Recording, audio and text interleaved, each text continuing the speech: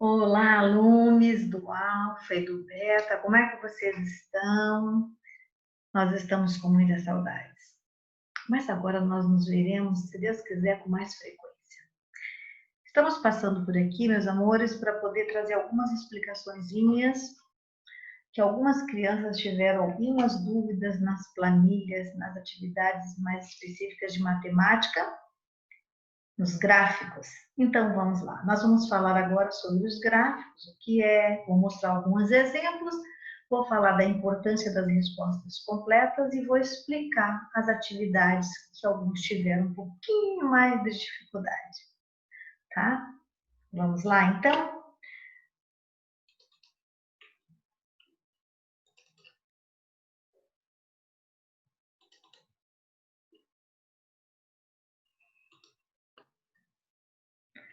Gráficos. O que são os gráficos? São representações geométricas de um conjunto de dados usados para facilitar a compreensão. Muito bem. Os dados são gráficos, né, que trazem informações. Essas informações são estatísticas, são coletas que são feitas de acordo com as informações tiradas de indivíduos, de pesquisas pré-estabelecidas. Então, eles trazem informações para que nós possamos fazer as nossas interpretações. Os gráficos são um tipo de texto, pois nós temos que interpretá-los para poder resolver as perguntas e as interpretações, fazer as interpretações e responder os questionamentos e entender a mensagem que ele nos quer passar. Muito bem. Vamos então verificar alguns tipos de gráficos mais usados. Primeiro, gráfico de colunas é o que nós mais usamos nas nossas aulas, né? Que tem as colunas coloridas aí, do lado esquerdo tem os números, né? Embaixo tem a base, também com dados. Gráfico de barras, gráfico de linhas, legal, né? Gráfico de pontos e o gráfico de setor. Esses são um dos principais gráficos que são usados para demonstrar pesquisas, coletas de dados e entre outras coisas, para passar informação mesmo. Agora vamos lá para o nosso gráfico, o qual nós estamos com um pouquinho de dificuldade. Muito bem. Aqui está ele, vou organizar para ficar melhor. Muito bem. Gráfico de colunas. Um gráfico de colunas usa suas colunas para mostrar ou destacar dados e informações. Este gráfico aí, ele traz informações sobre a preferência e os tipos de fruta de alguns alunos. Então, do lado esquerdo, que eu vou circular agora, eu vou marcar, eu quero que vocês observem, aqui está o número de alunos que participaram desta pesquisa, desta coleta de dados. Esses números aqui, que estão destacados, né, é a quantidade de alunos que participaram da pesquisa. Logo mais aqui embaixo, nós temos os tipos de fruta que foram os escolhidos pelos alunos. E as colunas que estão pintadas de azuis, a quantidade de votos que cada fruta teve. Muito bem. Prof, eu tive dúvida porque tem coluna aí que não tem o número. Sim, é isso aí. A prof colocou lá no enunciado, ó. Veja que estão faltando alguns números. Então, está faltando alguns números neste gráfico. Então, nós temos que fazer a descoberta deles. Vamos observar aqui. Vamos lá. Por exemplo, os números estão em ordem né? Do 0 até o 14. Lembram-se que nós aprendemos na sala ordem e sequência de antecessor e sucessor? Então, vamos lembrar novamente isso? Olha, 0, quem vem depois do 0? Vamos num gráfico? Vamos ilustrar melhor esse gráfico. Vamos lá. Só um minuto.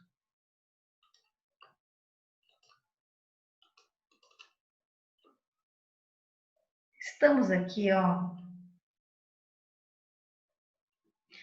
com uma reta numérica.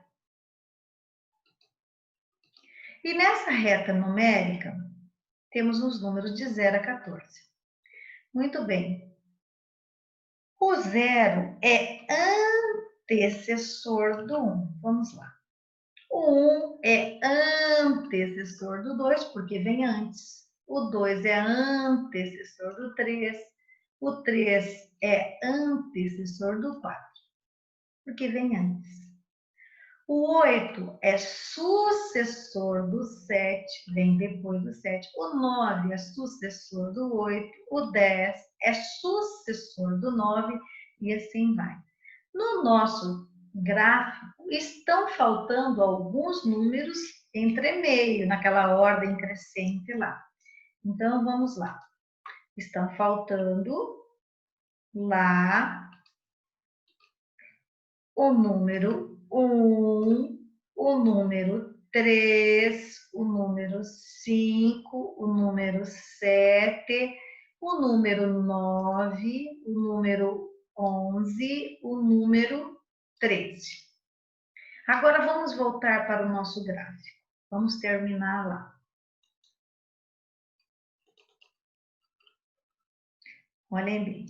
Agora vamos entender o questionamento que alguém fez. Prof, não tenho número. Então vamos colocar. Como que eu vou fazer? Ah, eu tenho dúvida. Então eu dou um leve marcar aqui e acrescento o número ali. Então, muito bem. Quantas crianças escolheram o mamão? Quantas crianças tinham preferência pelo mamão? Uma criança. Muito bem. Quantas crianças tinham preferência pela uva? Quantas crianças preferência pela banana? Assim como quantas crianças preferência pela laranja? Quantas crianças preferiram a maçã? Tá? Então, se você fizer essas setinhas e ligar e colocar os números entre meio na ordem crescente, o gráfico vai ficar bem fácil de ser interpretado, ok? Vamos agora para a pergunta com dificuldade que algumas crianças estavam de resolver. Quantas crianças gostam mais de maçãs do que uvas? Isso aqui é a diferença entre na quantidade, não é a quantidade total de 12 crianças que você tem que destacar, é a diferença entre eles. Quantas crianças a mais eu preciso para completar o 12? Né? Quantas crianças? Eu tenho 3 crianças que escolheram a uva. Para chegar, de 3 crianças para chegar em 12, quantas faltam? Então, vamos ver isso na prática? Vamos lá? Vamos compartilhar novamente. Olha aqui.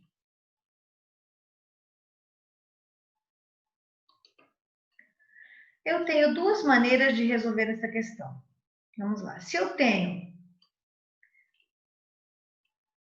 12 crianças que escolheram maçãs, eu tenho 3 crianças que escolheram uva, né? Quantas crianças eu tenho que acrescentar na uva para poder chegar em 12? Quantas? Então, vamos lá? 1, 2, 3, 4, 5, 6, 7, 8, 9. Essa é uma maneira de fazermos.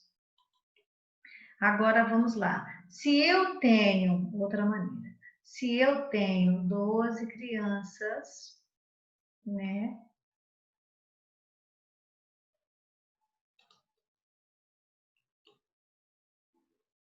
E dessas 12 crianças, 3 escolheram uvas, mas querem chegar ao total de 12 para ficar igual à quantidade de maçãs. Quantas crianças mais é preciso? Quantas? Vamos lá.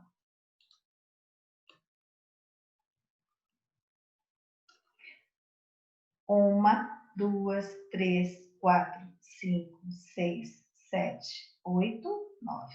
Então, a resposta, a diferença, quantas crianças mais é preciso para completar 12? Ou seja, a mesma quantidade das crianças que preferiram maçãs, né? Vamos para o novo compartilhamento, vamos lá. Tudo bem. Agora, vamos falar um pouquinho sobre a resposta completa. Mas antes, ó, quantas crianças gostam mais de maçã do que de uva? Ficou claro? 9 crianças, né? Muito bem. Vamos agora para a nossa outra tabela, uma outra tabela. E aqui eu quero explicar para vocês a importância da letra, a importância da resposta completa, desculpa, da resposta completa. É uma tabela que traz informações sobre uma votação em sala de aula, onde a questão e a proposta é a seguinte: qual animal seria escolhido? Qual animal você escolheria, né? Qual animal você preferiria? Muito bem. Então, a pergunta aí abaixo é: qual animal foi o mais votado na tabela, né? Quantos votos ele teve? Muito bem. Para a resposta completa, eu tenho que retomar a pergunta. Retomar, né? Então, eu vou retomar a pergunta e respondê-la. Qual animal foi o mais votado? Quantos votos ele teve? Eu sei que olhando a tabela, eu sei que a vaca foi o animal mais votado e ela teve 12 votos, né?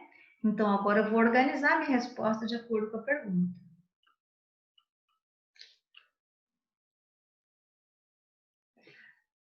Vamos lá. Retomo. O animal que foi mais votado foi a vaca com 12 votos. Muito bem. Resposta completa. Tem outros tipos de resposta mais completa? Sim. Que vai ter a função de responder a pergunta sem dando bastante informação para quem lê, sem precisar retomar a questão, né? Por exemplo, ó, se eu ler o animal que foi mais votado foi a vaca com 12 votos, eu sei que teve um animal que teve maior votos. Eu não preciso ir retomar. Agora, quando eu digo uma resposta sintética, quer dizer simples, se alguém diz assim, qual animal foi mais votado? Vaca, 12 votos. Se eu não leio a pergunta, vaca, 12 votos, eu entendo a questão? Não, eu não entendo a questão. Né? Fica vago, fica solto. Por isso a necessidade de uma resposta completa. Se eu leio a resposta, eu sei do que fala, do que se trata. O animal que foi mais votado foi a vaca com 12 votos. Então eu sei que teve uma votação, que teve a escolha de um animal e que teve 12 votantes. Tá? Então, por isso a importância das respostas completas.